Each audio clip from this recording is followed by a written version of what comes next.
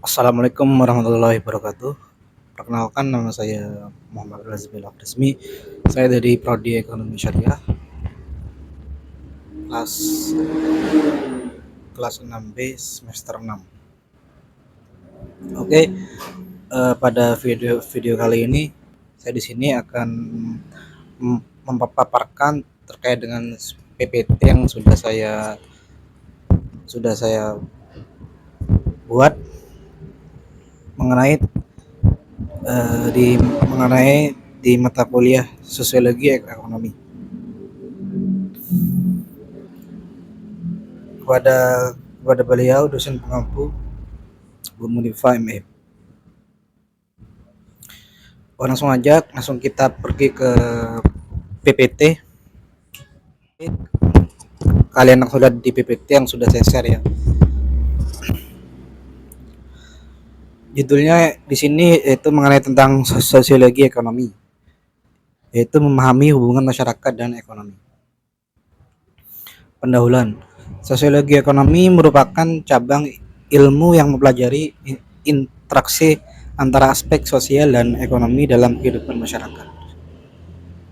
Jadi tujuannya sosiologi itu yang mempelajari tentang cara kita bisa berinteraksi sesama para tokoh-tokoh masyarakat gitu di dalam kehidupan bermasyarakat. Kemudian tujuannya di sini untuk memahami bagaimana hubungan timbal balik antara masyarakat dan aktivitas ekonomi. Yang ketiga, penting karena setiap kegiatan ekonomi selalu terjadi dalam konteks sosial tertentu.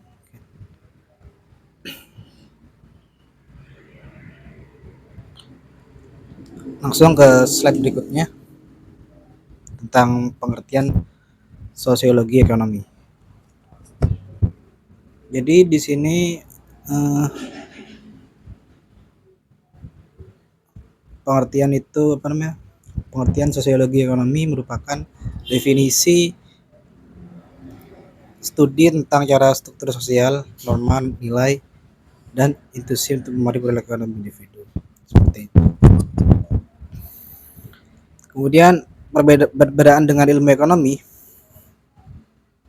fokus pada angka dan rasionalitis, sedangkan sosiologi ekonomi itu melihat konteks sosial di balik perilaku ekonomi. Jadi lebih ke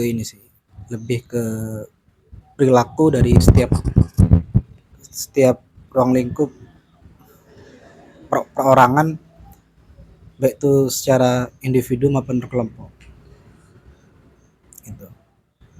Jadi memandang perilaku dia dalam melakukan yang namanya sebuah kegiatan ekonomi seperti itu. Kemudian ruang lingkupnya di sini distribusi, konsumsi, pasar, lembaga ekonomi, dan hubungan tenaga kerja dalam konteks sosial. Ada banyak sebenarnya, cuman yang disebutkan hanya seberapa saja. Lanjut di slide berikutnya. Hubungan antara masyarakat dan ekonomi. Di sini struktur sosial seperti kelas sosial, gender berpengaruh ya terhadap sumber daya ekonomi. Struktur seperti kelas sosial, gender.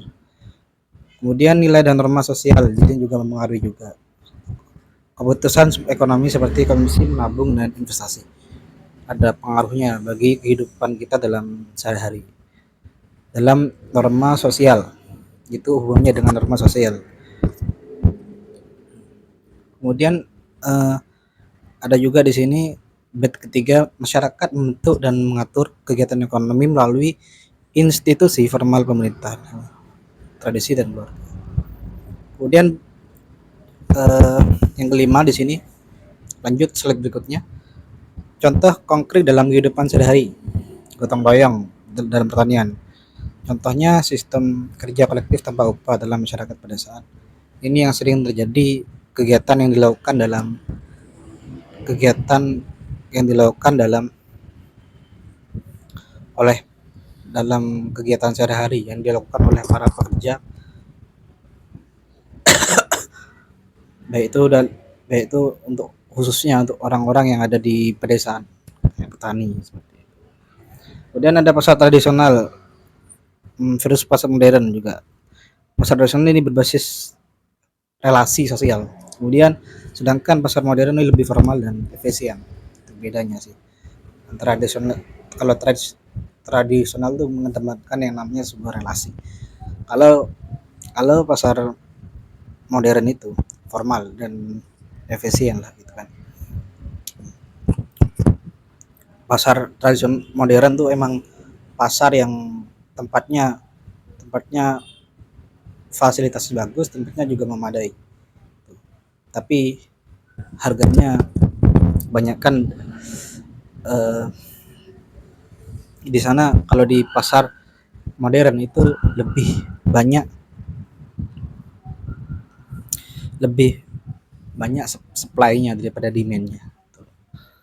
Kalau di tradisional tuh lebih banyak demand-nya karena lebih harga-harga barang yang di sana tuh lebih murah dibanding dengan harga yang ada di pasar modern. Soalnya harganya panjang tinggi. Kemudian ada UMKM, usaha mikro kecil dan menengah. Sini banyak UMKM berkembang karena jaringan sosial, dukungan komunitas lokal. Kemudian lanjut ke slide berikutnya. Teori dalam sosiologi ekonomi. Ada di sini juga ada 3 teori yang mengemukakan oleh para tokoh sosiologi ekonomi, para tokoh atau disebut dengan pakar lah istilahnya. Ada di antaranya di sini ada Max Weber, Karl Polanyi dan teori jaringan sosial. Max Weber mengatakan bahwasanya etika Protestan mendorong etos kerja dan berkembangnya kapitalisme seperti itu. Kemudian Karl Polanyi, kalau menurut teori Karl Polanyi, aktivitas ekonomi tidak berdiri sendiri, melainkan embedded dan melekat dalam masyarakat. Kemudian teori jaringan sosial, yaitu hubungan sosial dan kepercayaan memenuhi arus informasi modal dan ekonomi. 7 peran lembaga. Lanjut ke slide berikutnya.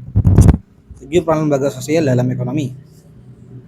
Pertama ada sudut pandang dari keluarga, yaitu menunduk pada konsumsi dan nilai kerja. Ini peran lembaga sosial. Kemudian ada pendidikan, menentukan kesempatan kerja dan moralitas sosial. Agama itu mengarahkan perilaku ekonomi melalui ajaran moral dan etika. Kemudian juga negara, sudut pandangnya mengenai mengatur distribusi kekayaan melalui kebijakan. Itu kalau.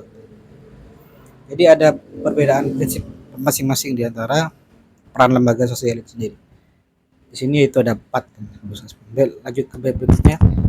Dampak perubahan sosial, yaitu ada modernisasi, globalisasi, urbanisasi.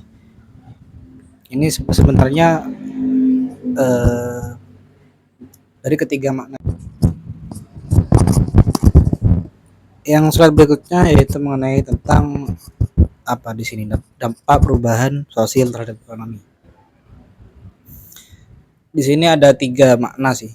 Pertama ada modernisasi, globalisasi, dan urbanisasi. Ya mungkin dari kalian sudah bisa memahami lah. Jadi setiap 3 makna tersebut. Tuh. Kemudian lanjut ke slide berikutnya, yaitu slide mengenai tentang isu-isu kontemporer.